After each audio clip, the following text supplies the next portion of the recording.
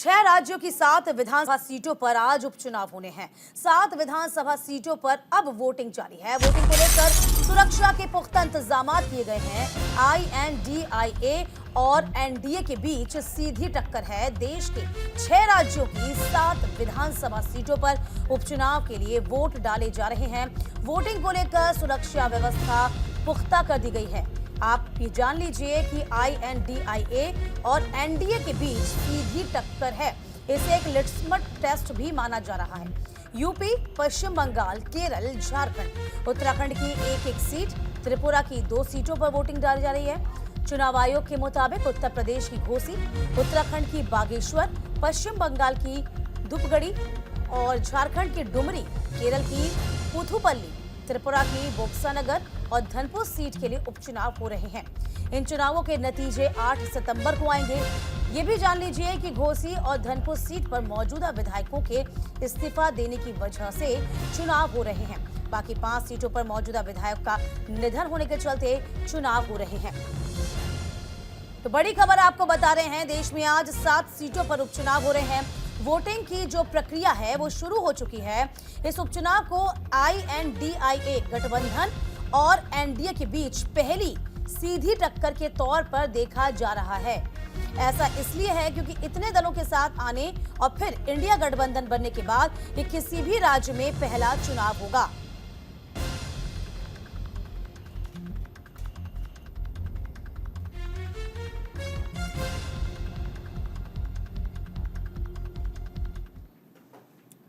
और तमाम जानकारी के साथ हमारे संवाददाता हिमांशु शर्मा इस वक्त घोसी से सीधे जुड़ रहे हैं। हिमांशु, देखिए, घोसी सीट पर वोटिंग की प्रक्रिया शुरू हो गई। सबसे पहले तैयारियों का जायजा ले लेते हैं। क्या कुछ तैयारियां आपको नजर आ रही हैं?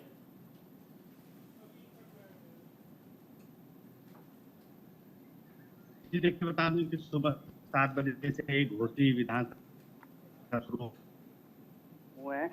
10,000 करीब पुलिस बल यहाँ लगाए गए हैं। हर पोलिंग बूथों पे सुरक्षा के काफी इंतजाम है। सुबह 7 बजे का समय है। आप हमारे पीछे देख सकते हैं। अभी इक्का दुक्का लोग आ रहे हैं मतदान करने के लिए। 2-4 लोग ही यहाँ आ रहे हैं। अभी सुबह 7 बजे का मतदान शुरू हुआ है, तो सब लोग अभी पोलिंग बूथ पे आके मतदान नहीं कर रहे हैं। अभी इक्का दुक्का लोग ही आ रहे हैं। सुरक्षा के चाक चौबंद इंतजाम किए गए हैं। तो निश्चित तौर पे जो मतदान है सुबह 7 बजे से ही यहाँ चल रहा है। आपको बता दें कि समाजवादी पार्टी से सुधाकर सिंह और भारतीय जनता पार्टी से दारा सिंह चौहान यहाँ से प्रत्याशी हैं और दोनों की प्रतिष्ठा दांव पे लगी है। इंडिया गठबंधन के रूप में आप देख सकते हैं, तो समाजवादी पार्टी और भारतीय जनता पार्टी एनडीए के गठबंधन से दारा सिंह चौहान है। काफी मंत्री यहाँ प्रचार करके गए हैं, तो कितना असर होता देखिए, दारा सिंह के लिए तो अग्नि परीक्षा से कम नहीं होगा, चूंकि वो दल बदल के आए हैं। इसके अलावा देखा जाए, सीधी टक्कर समाजवादी पार्टी और बीजेपी के बीच में नजर आ रही है। यदि हम बसपा की बात करते हैं तो बसपा हालांकि मैदान में तो नहीं है, लेकिन उसके वोट जो हैं, जो वोटर्स जो हैं, वो प्रभावित कर सकते हैं। जी बिल्कुल, करीब 40,000 के आसपास दलित वोटरों का आंकड़ा है जो किसी पे भी प्रभावित कर सकते हैं। दलित, क्योंकि बसपा कोई प्रत्याशी नहीं उतारा गया है, तो कोई मैसेज नहीं है कि किसको देना है। जिसको जहां मन में आएगा वो दे सकता है, लेकिन निश्चित तौर पे दलित वोट इस पे गुलखिलाएंगे कि किसकी सरकार बनेगी, कौन विधायक यहाँ से चुना जाएगा।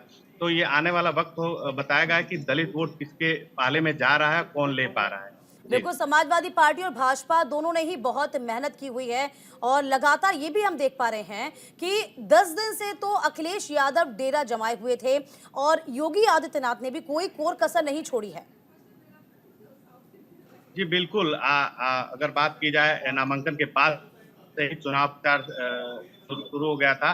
अगर भाजपा की बात की जाए तो 2 तारीख को योगी आदित्यनाथ की जनसभा हुई। उससे पहले भाजपा के दिग्गज मंत्री यहाँ से अनिल राजभर जो मंत्री हैं, AK शर्मा हो गए, परिवहन मंत्री हो गए, आपके दयाशंकर सिंह, दयालु मिश्रा, दयालु जो आयुष मंत्री हैं, काफी मंत्रियों का जमावड़ा यहाँ लगा रहा और काफी मंत्रियों ने यहाँ घर घर जाके वोट किया। सूर्य प्रताप शाही थे, कृषि मंत्री थे, उन्होंने प्रचार किया। तो निश्चित तौर पे हर वोटरों को छूने की कोशिश की। जहां तक बात की जाए, जिस जाति के वोटर थे उस जाति के मंत्री को वहां भेजा गया है। अगर ब्राह्मण मतदाता है तो ब्राह्मण मंत्री को भेजा गया है। अगर मुसलमान बेल्टों में दानिश आजाद जी को लगाया गया था, जो अल्पसंख्यक के मंत्री हैं, उनको लगाया गया था। तो निश्चित तौर पे हर मंत्री हर जगह जाके प्रचार किया है दारा सिंह चौहान के लिए। ये मान के चलिए भारतीय जनता पार्टी की पूरी साख का सवाल है, क्योंकि अमित शाह ने ऊपर दारा सिंह चौहान को ज्वाइन कराया था। तो निश्चित तौर पे यहाँ भारतीय जनता पार्टी एक सीट पे भले चुनाव लड़ रही हो, लेकिन इसको खोना नहीं चाहती है। बिल्कुल, और जातीय समीकरण का जिस तरीके से आप बता रहे हैं वो पूरा ख्याल रखा गया है। योगी आदित्यनाथ ने मेहनत करी है, इसके अलावा अखिलेश यादव मेहनत कर रहे हैं। हिमांशु, यदि हम दूसरे पहलू को देखते हैं, बहुत संक्षेप में आपसे जानना चाहेंगे, चूंकि इंडिया और एनडीए सीधी टक्कर होगी अलायंस बनने के बाद में, और ये पहली टक्कर बहुत खास। जी बिल्कुल, जब से इंडिया का गठबंधन हुआ है, कांग्रेस और कम्युनिस्ट पार्टी से लेके आम आदमी पार्टी ने सीधे समर्थन कर दिया। लेटर जारी हुआ कांग्रेस पार्टी से कि सुधाकर सिंह को यहाँ समर्थन करना है। और वहीं एनडीए की बात की जाए तो एनडीए के जो भी गठबंधन है, ओम प्रकाश सुहेल जो भारतीय समाज पार्टी के ओम प्रकाश राजभर निषाद पार्टी से आते हैं, डॉक्टर संजय निषाद, ये दोनों नेता यहाँ पहुंच गए। और अनुप्रिया पटेल की जो पार्टी है अपना दल, वहां से भी आशीष पटेल यहाँ आके चुनाव प्रचार किए। तो निश्चित तौर पे दोनों ही गठबंधन के नेता यहाँ डेरा जमाए हुए थे। दोनों ही गठबंधन के नेताओं ने यहाँ प्रचार किया है, बकायदे यहाँ अपने अपने प्रत्याशी को बढ़त दिलाने की कोशिश की है। निश्चित तौर पे इसका फायदा आने वाला समय ही बता पाएगा कि किसको हो रहा है। 8 तारीख को मतगणना होना है, उसके बाद ही पता चल पाएगा कि किसको, इंडिया को फायदा हुआ है या एनडीए को फायदा। बिल्कुल हिमांशु, आप नजर बनाए रखिएगा, आज पूरे दिन मतदान होगा, समय समय पर आपका रुख करते रहेंगे। इस बीच आपको बता दें 7 विधानसभा सीटों पर वोटिंग जारी है 6 राज्यों की, और सब जगह एक बड़ी और पैनी नजर रखी जा रही है, क्योंकि देश में आज 7 सीटों पर उपचुनाव हो रहा है। वोटिंग प्रक्रिया शुरू हो चुकी है। उपचुनाव को इंडिया गठबंधन एनडीए के बीच पहली सीधी टक्कर माना जा रहा है, सीधे तौर पर से देखा जा रहा है, क्योंकि इतने दलों के साथ आने और फिर इंडिया गठबंधन बनने के बाद ये किसी भी राज्य में पहला चुनाव होगा। तो फिलहाल आपको बता दें, बड़ी और अहम खबर है जिसमें आपको हाल हमने घोसी सीट का दिखाया है।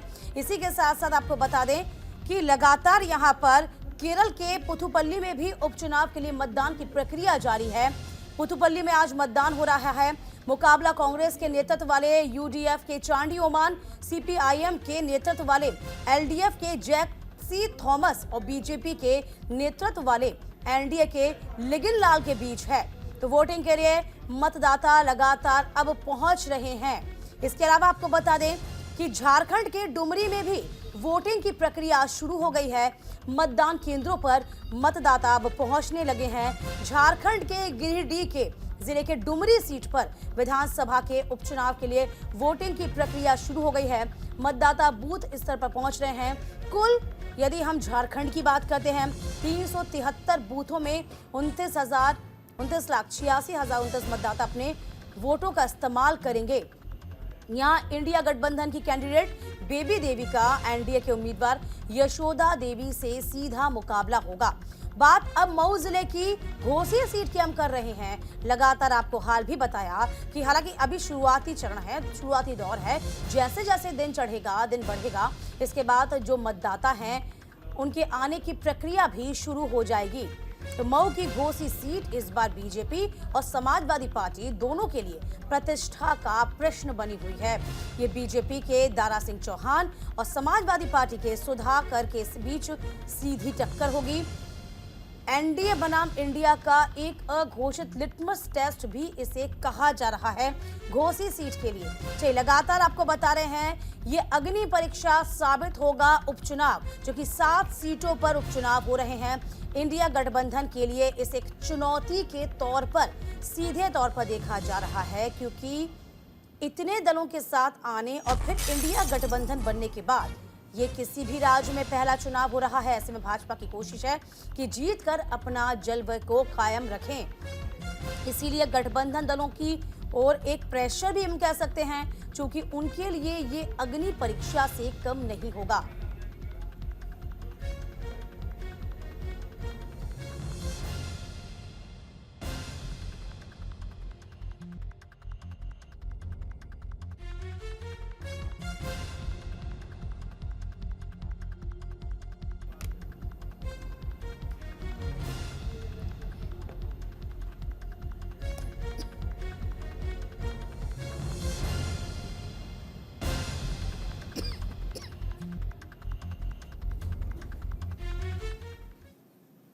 और तमाम जानकारी के साथ हमारे संवाददाता अनुज अवस्थी का रुख करते हैं। अनुज, देखिए आज का दिन बहुत खास है क्योंकि 6 राज्यों में चुनाव हो रहे हैं, उपचुनाव हो रहे हैं। सीधी टक्कर हम देखें इंडिया और एनडीए के बीच, इसलिए क्योंकि जहां एनडीए अपना दबदबा कायम रखना चाहेगी, इंडिया एक अग्नि परीक्षा से आज गुजरने जा रही है। अनुज। जी बिल्कुल दीपिका, जिस तरीके से उपचुनाव है और इंडिया इस तरीके से आपने बात करी कि दोनों की शाख दांव पे लगती हुई दिखाई दे रही है। वहीं अगर उत्तराखंड में बागेश्वर उपचुनाव की अगर बात करें तो अगर बीजेपी की अगर बात करें तो बीजेपी से जो चंदन राम दास थे जो दिवंगत हो गए थे, उनकी पत्नी पार्वती दास को बीजेपी ने टिकट दिया है और वो चुनाव मैदान में है। साथ ही साथ अगर बात करें कांग्रेस की अगर बात करें तो कांग्रेस से बसंत कुमार जो है चुनाव प्रत्याशी मैदान पे है। समाजवादी पार्टी की अगर बात करें तो भगवती प्रसाद पार्टी मैदान पे है।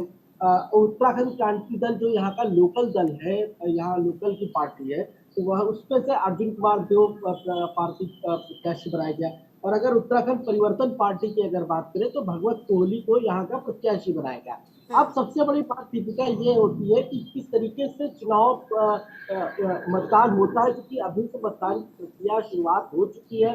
सुबह 7 बजे से मतदान की प्रक्रिया की शुरुआत हो चुकी थी। अभी तक की करीब करीब 10% की अगर बात करें तो वोटिंग, चूंकि पहाड़ है और पहाड़ के लोग सुबह सुबह थोड़ा सा जल्दी जाकर के वोट करते हैं, तो चाहे बीजेपी हो, चाहे कांग्रेस हो या समाजवादी पार्टी हो या अन्य दल हो, सभी ने अपनी ताकत झोंक दी है। अब जनता को ये तय करना है कि कितनी मतों से किस पार्टी को विजयी बनाते हैं। बिल्कुल। सबसे क्या है कि साख जो चाहे इंडिया हो या दोनों की साख पे बीजेपी इस बात का दावा कर रही है कि हम इस बार प्रचंड जीत से, पूर्ण बहुमत से जो है बागेश्वर उपचुनाव जीतेंगे। मुख्यमंत्री पुष्कर सिंह धामी समेत बीजेपी का सारा अमला वहां पे मौजूद था और उसमें पार्टी बिल्कुल अनुज, देखिए बहुत संक्षेप में जानना चाहेंगे, इस बार जो चुनाव हो रहे हैं उसमें नई टेक्नोलॉजी का इस्तेमाल किया जा रहा है और इसी के साथ साथ मॉनिटरिंग के लिए कई कर्मियों के वाहनों में जीपीएस सिस्टम को भी लगाया गया है। जी बिल्कुल, ये तो इस बार टेक्नोलॉजी का इस्तेमाल किया जा रहा है, चाहे जीपीएस को लेकर के हो या वोटिंग मशीन को लेकर के हो। क्योंकि जब कल यहाँ के जो चुनाव आयुक्त है उन्होंने जब प्रेस कॉन्फ्रेंस करी और उनका साफ तौर पे ये कहना था कि इस तरीके का जो चुनाव है वो काफी टेक्नोलॉजी के साथ किया जाएगा। साथ ही साथ अगर बात करें, चूंकि बागेश्वर ऐसा जिला है जहाँ पे पहाड़ और मैदान दोनों साफ तौर पे है। बिल्कुल, देखिए अब यही देखना होगा कि आगे रिजल्ट क्या रहेगा। बहुत शुक्रिया अनुज, आगे भी आपका रुख करेंगे।